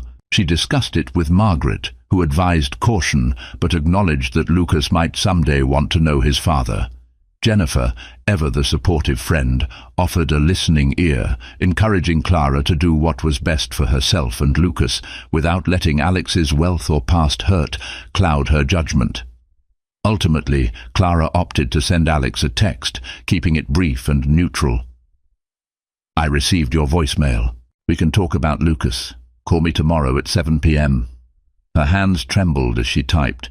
She felt like she was opening a door she'd bolted shut long ago.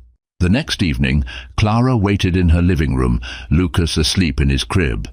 When her phone rang at exactly 7 p.m., she answered, heart thudding. "Clara," Alex began hesitantly, "thank you for taking my call." Silence stretched as she weighed her words. "I'm not sure what you want, but if you're serious about meeting Lucas, we need to establish some boundaries." Alex sounded nervous, a tone Clara had never heard before. I understand. I'd just like a chance to see my son, and to apologize." She considered the vulnerability in his voice. "All right, but I want it in a public place. I'll text you the details." They decided on a family-friendly cafe near Clara's apartment for Saturday afternoon. The days leading up to that meeting felt excruciatingly slow. Clara painted feverishly, trying to settle her restless mind. She reminded herself that this was for Lucas, not for any lingering feelings. Saturday arrived, crisp and sunny. Clara dressed Lucas in a soft blue sweater. He toddled around, babbling excitedly. She bundled him into the stroller and walked the few blocks to the cafe. Inside, the air was warm and smelled of freshly baked bread. She spotted Alex at a corner table, dressed in a casual jacket. No polished corporate suit, no entourage. He looked thinner, his hair slightly disheveled. When he saw them, he stood up, hands trembling at his sides. His eyes locked onto Lucas, who peered up at him curiously. Clara felt a pang in her chest when she noticed the glimmer of emotion in Alex's eyes, an unspoken regret and longing. "Hi," Clara said, her voice barely above a whisper. Alex knelt down, meeting Lucas at eye level. "Hello, Lucas," he said gently. Lucas clung to Clara's leg, but stared at Alex with wide eyes. After a moment, Alex smiled tentatively, and to Clara's surprise, Lucas giggled. A wave of relief washed over Alex's face, as though he'd been granted permission to feel something he'd denied himself for too long. Thus began the first step toward an uncertain future. Their paths had collided once again, not as husband and wife, but as two people bound by a child, each carrying wounds that had yet to heal. The meeting at the cafe lasted over an hour. Clara sipped tea while Lucas, sitting in a high chair, snacked on crackers. Across the table, Alex's gaze shifted between his son and the woman he once called his wife. He tried to make small talk about Lucas's milestones, faltering in the face of Clara's guarded demeanor. Eventually, Clara found the courage to be direct. "Why now, Alex? she asked, her voice steady but laced with vulnerability. You ignored us when I was pregnant, during Lucas's birth, his first steps. Why reach out now? Alex swallowed hard. I've thought about calling you every day. I was too ashamed and too stubborn. He rubbed the bridge of his nose. I handled everything poorly, Clara. I know I can't change the past, but I want to be a part of Lucas's life, if you'll let me. She studied him, trying to decipher whether his remorse was genuine or just another flash of guilt that would fade. Alex's eyes were rimmed with exhaustion, and his usual confidence seemed replaced by an almost childlike anxiety. For a moment, Clara remembered the Alex she first fell in love with, the one who wasn't afraid to kneel on a university courtyard to pick up her scattered sketches. You have to understand, she began, voice trembling with pent-up hurt. I tried to fit into your world. I tried to be the person you wanted me to be, but all I got was humiliation, and you just stood there, or worse, you joined in. She felt tears prick her eyes, but she fought them back, not wanting to break down in a public place. I left to protect myself and Lucas. I won't expose him to that kind of environment where we're never good enough. Alex nodded, remorse evident. I can't take back the things I said or did, but I've cut ties with people like Sabrina. I've been re-evaluating everything in my life. The bigger the empire I built, the emptier I felt. He glanced at Lucas, who was now trying to shove a cracker into his mouth with clumsy toddler hands. Meeting him. It's like seeing the part of me that could still be good. For a brief moment, time stood still. Clara recognized genuine regret, the kind that shifts a person from the inside out. Still, her trust in him was broken. She refused to make any immediate promises. I'll think about letting you see Lucas more, she said, her voice measured. But let's keep it slow. Visits in public places, no overnight stays yet. And if at any point I feel Lucas's well-being is compromised, I'll end it. Alex's shoulders sagged in relief. Thank you, he breathed. They agreed to meet again. Clara packed up Lucas, who waved bye-bye in his toddler way. As she pushed the stroller out of the cafe, she felt an odd mixture of turmoil and cautious hope. She had confronted the man who had once broken her heart and left her carrying both a child and the weight of his disregard. Whether he could mend those wounds was uncertain, but for Lucas's sake, she was willing to try. In the following weeks, Alex slowly integrated himself into Lucas's life. The visits were sporadic at first. An hour at the park on a Saturday afternoon, or a quick lunch at a child-friendly restaurant. Clara watched him from a careful distance, observing how he interacted with their son. To her cautious surprise, Alex displayed genuine care. He pushed Lucas on the swing set, helped him learn new words by pointing at objects, tree, dog, sky, and even seemed entranced by Lucas's smallest gestures. The old arrogance that once defined him was largely absent. In its place was an awkwardness reminiscent of someone trying to make amends. Yet the road was anything but smooth. One afternoon, Alex appeared with a pricey remote-controlled car for Lucas. Clara immediately bristled. She pulled Alex aside. He's two, Alex. He doesn't need something so extravagant, she said in a hushed, tense voice. Alex looked confused and slightly hurt. I just wanted to give him a nice gift. Clara sighed, trying to calm her frustration. He's a toddler. He values time and attention more than expensive gifts. Don't try to buy his affection. Alex's jaw tightened, but he nodded, placing the toy car aside. Clara recognized the tension in his expression. He was so used to solving problems with money. Part of her pitied him for not knowing another way. Slowly, she began to see that it wasn't just about Lucas. Alex was trying to learn to be a different man, and sometimes old habits died hard. Outside of these visits, Clara's life remained busy. Her artwork was gaining more recognition, and she juggled teaching at the community center with raising Lucas. Margaret visited often to babysit, giving Clara time to travel for potential gallery shows. On some nights, when Lucas was asleep, Clara would stare at her phone, half expecting a text from Alex. Though they spoke frequently about logistics, they never once delved into their relationship. Inevitably, the moment came when Alex asked, "Can I take Lucas to my place for a day?" He mentioned he'd baby-proofed his penthouse, ensuring every sharp corner and electrical outlet was secured. Clara hesitated. The idea of Lucas in the environment that had once suffocated her brought back painful memories, but she also sensed that keeping Lucas away forever wasn't fair to either of them. "All right," she said slowly, "but just for the afternoon, and I want to come with him the first time to make sure everything's okay." The day they visited Alex's penthouse, Clara felt a swirl of emotions. The modern decor, the floor-to-ceiling windows overlooking the city, everything was painfully familiar and yet distant. She remembered countless nights here, feeling invisible, overshadowed by Alex's social circle. But this time, no crowd of wealthy friends awaited her. Instead, it was just Alex, who had a nervous energy about him as he greeted Lucas. She walked through the rooms, verifying that indeed the sharp corners were padded, the electrical sockets covered. The fridge was stocked with child-friendly snacks, and there was even a small corner filled with stuffed animals and building blocks. Alex had clearly made an effort. Despite the tension in the air, Clara was struck by a sense of possibility. People could change, given the chance and the will. She didn't know if she was ready to forgive Alex for all his past wrongs, but she recognized that he was trying. Maybe that counted for something.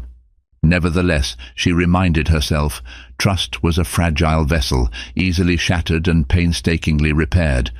The question that lingered in her mind was whether their fractured bond could ever truly be mended. Months passed, and Alex became a regular part of Lucas's life. Saturdays were spent at the park or the children's museum. Wednesday afternoons, Alex would drop by the community center after Clara's classes ended, offering to help carry her supplies or simply watch Lucas color with crayons. Over time, Clara could see the bond forming between father and son. Yet the dynamics between the two adults remained fraught with unspoken feelings. Their conversations revolved around Lucas, his preschool options, his new favorite foods, the adorable drawings he made. They carefully skirted around their past relationship, though the tension between them was palpable. One rainy evening, after they had taken Lucas to a puppet show, Alex offered to drive Clara and Lucas home. Lucas dozed off in the back seat, lulled by the patter of raindrops on the window. As Alex pulled up in front of Clara's building, he hesitated. "Could I come up for a minute? I'd like to help put Lucas to bed, if that's okay." Clara bit her lip, torn. She finally nodded. "All right, but just for a minute." Inside, Alex gently carried Lucas to his small bedroom, tucking him into his toddler bed. He paused, gazing at the child's serene face. Clara stood in the doorway, arms folded, unsure how to handle this sudden intimacy. When Alex emerged, he lingered in the hallway, their eyes meeting in the dim glow of a nightlight. 1,000 emotions welled up in Clara: love, anger, hurt, longing. She opened her mouth to speak, but words failed her. Alex, too, seemed at a loss. Finally he sighed heavily. I'm sorry, Clara, for everything." His voice trembled. "Leaving you alone while you were pregnant, not defending you when you needed it most. If I could go back—" "You can't," Clara interrupted, her voice steady. "Neither of us can change the past." Silence enveloped them, punctuated only by Lucas's soft breathing. Clara tried to remain composed, but tears gathered in her eyes. "You broke my trust, Alex. You let others treat me like I was nothing, and you treated me that way too." Alex reached out tentatively, but he didn't touch her. "I know, and I'll regret it for the rest of my life." His eyes glistened under the faint light. "But I also know that I want to be here, with you and Lucas, in any way you'll let me." A storm of conflicting emotions roared within her. She was exhausted from carrying the weight of betrayal for so long. She had built walls to protect herself, but now those walls were trembling. She let out a shaky breath. "I don't know if I can ever trust you again the way I once did," she admitted, her voice cracking. "I'll earn it back," he promised, a determined softness to his tone, "even if it takes years." They stood there, hearts raw and exposed, two broken souls trying to find a way forward. In that moment, Clara felt an odd sense of comfort in his presence. Despite the pain, there was still a spark, faint and wounded, but alive. She nodded slowly, tears slipping down her cheeks. "Then keep showing up, for Lucas, for me. We'll see where that leads." Alex pressed his lips together, fighting back his own tears. "I will." And so they ended the night not with a passionate reunion, but with a promise to try. Sometimes the path to mended hearts begins not with a grand gesture, but with small steps born of genuine remorse and cautious hope. Over the next year, the delicate dance between Clara and Alex continued. Their progress was marked not by dramatic declarations, but by incremental shifts in how they treated each other, how they learned to co-parent, and how they faced the remnants of their shared past. Alex began attending Lucas's preschool events. At first, he would sit in the back row, cautious not to overstep, while Clara hovered protectively near their son. Over time, teachers and other parents grew used to seeing them together, albeit not as a traditional couple. Lucas's face lit up whenever both Mommy and Daddy appeared at the same event. The child's obvious joy pulled them closer in ways neither anticipated. Clara's art career continued to blossom. Her exhibit with Meredith Walton in New York was a modest triumph, garnering positive reviews in a few reputable art magazines. She found herself being commissioned for bespoke pieces, portraits, custom murals, and even a collaboration with a local non-profit to create a mural depicting family unity in a struggling community. Through her art, she channeled not just her pain, but also her healing. Alex, for his part, made conspicuous efforts to distance himself from his former social circle. He resigned from exclusive clubs where Sabrina Marchant and Greg Ridley reigned supreme, opting instead to invest his time and capital in philanthropic ventures. He funded scholarships at community art centers. He launched an initiative to develop affordable housing in Philadelphia's underserved neighborhoods.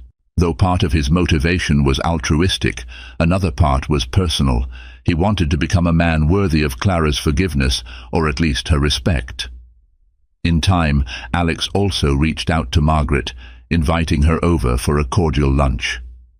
The conversation was polite, laced with the awkwardness of two people who had once been family and were now working toward mutual understanding.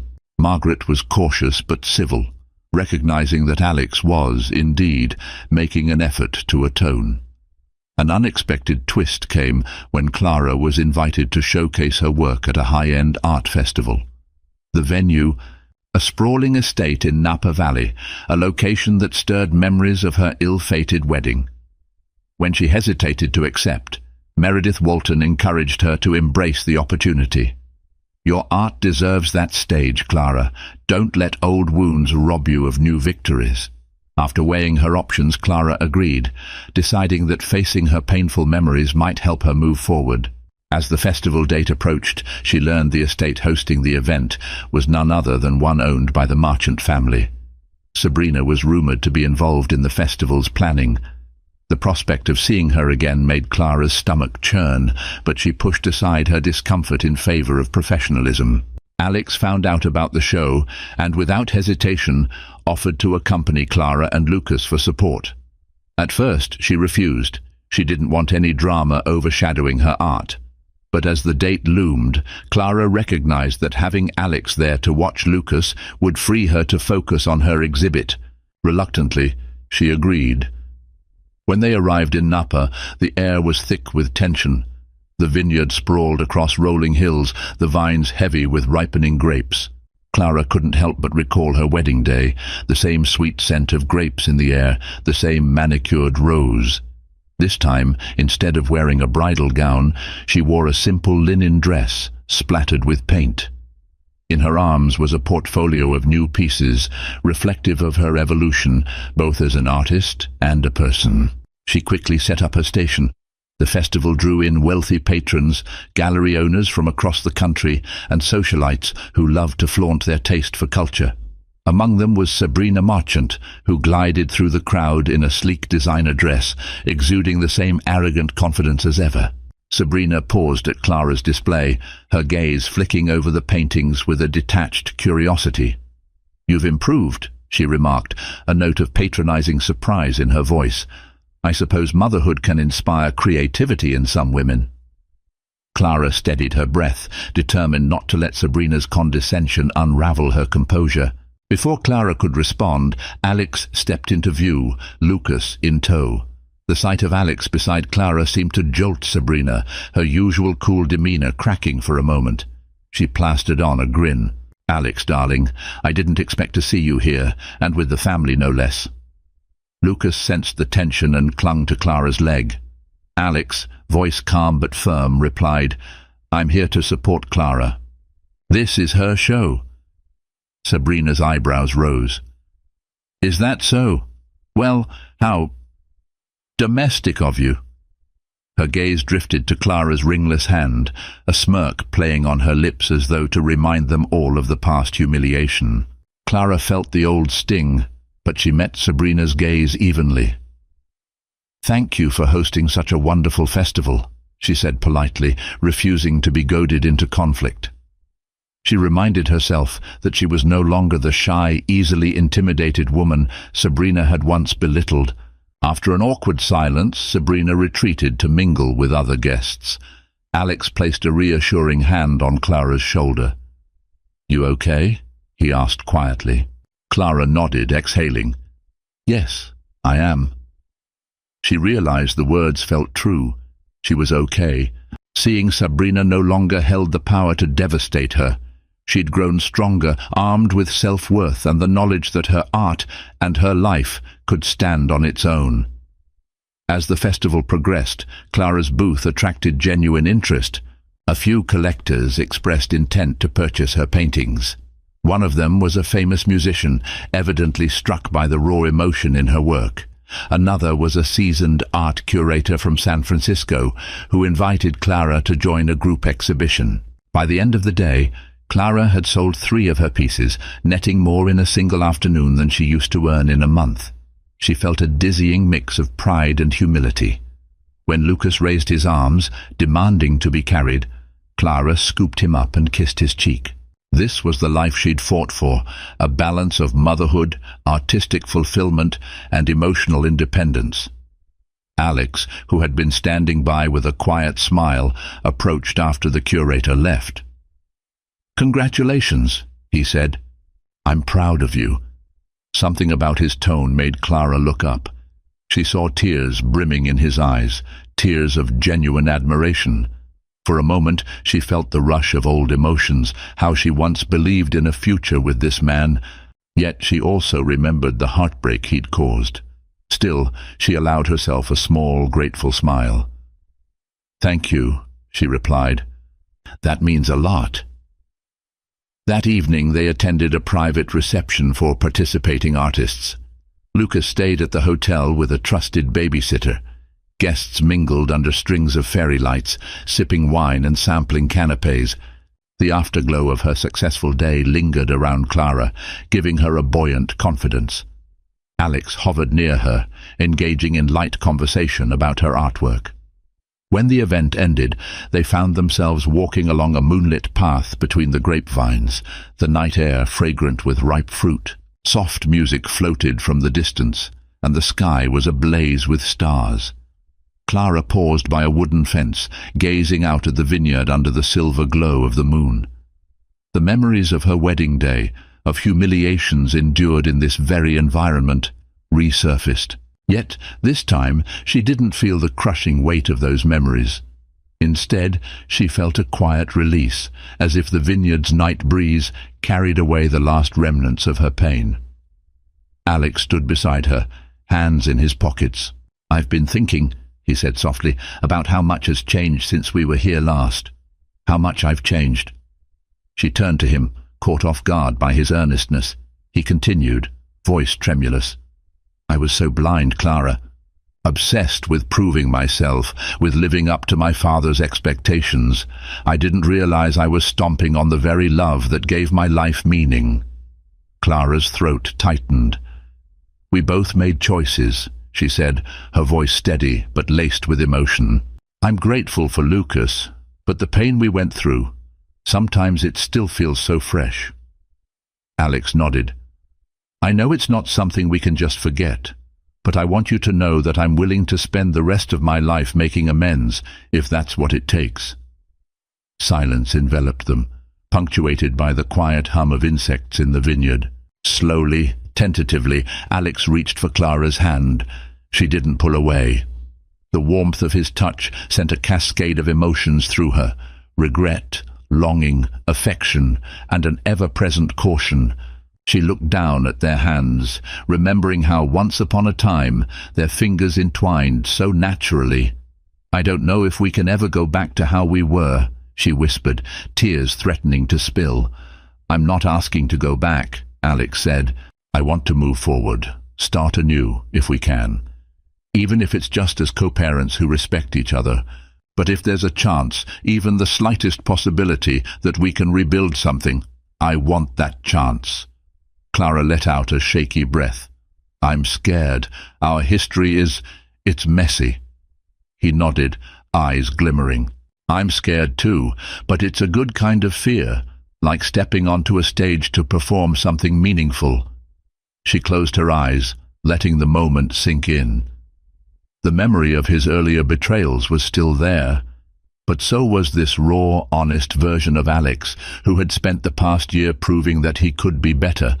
She had seen him cradle Lucas with care, volunteer at the community center, support her art career without overshadowing it, apologize to Margaret, actions that spoke louder than any words.